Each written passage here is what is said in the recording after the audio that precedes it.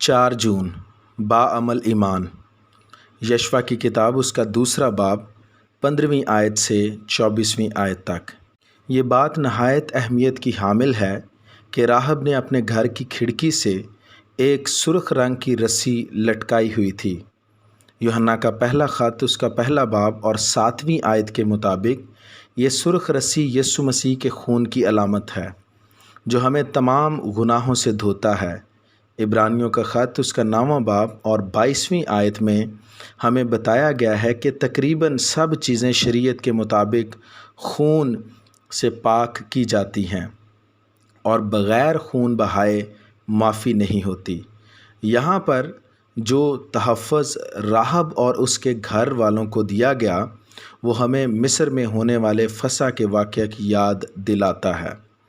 خدا نے اپنے لوگوں کو اس بات کی تاکید کی کہ وہ برے کے خون کو اپنے گھروں کی چوکھٹوں پر لگائیں۔ خدا نے انہیں اس بات کا اعتماد دلایا کہ جب موت کا فرشتہ مصر کے پیلوٹوں کو مارنے آئے گا تو وہ ان تمام گھروں میں داخل نہیں ہوگا جن پر برے کا خون لگا ہوگا، اور وہ تمام بخشے جائیں گے، بلکہ اسی طرح راہب کے گھر کی کھڑکی پر لٹکی ہوئی سرخ رسی اس کی حفاظت کا سبب ٹھہری، جیسے کہ دروازوں کی چوکھٹوں پر لگا ہوا خون مصر میں اسرائیلیوں کی حفاظت کا ذمہ دار ٹھہرا۔ نئے عہد نامہ میں راہب کے اس سارے کام کے متعلق خاص تذکرہ کیا جاتا ہے۔ یعقوب کے خط میں یوں لکھا ہے کہ اسی طرح راہب فاشا بھی جب اس نے قاصدوں کو اپنے گھر میں اتارا اور دوسری راہ سے رخصت کیا تو کیا اعمال سے راست باز نہ ٹھہری؟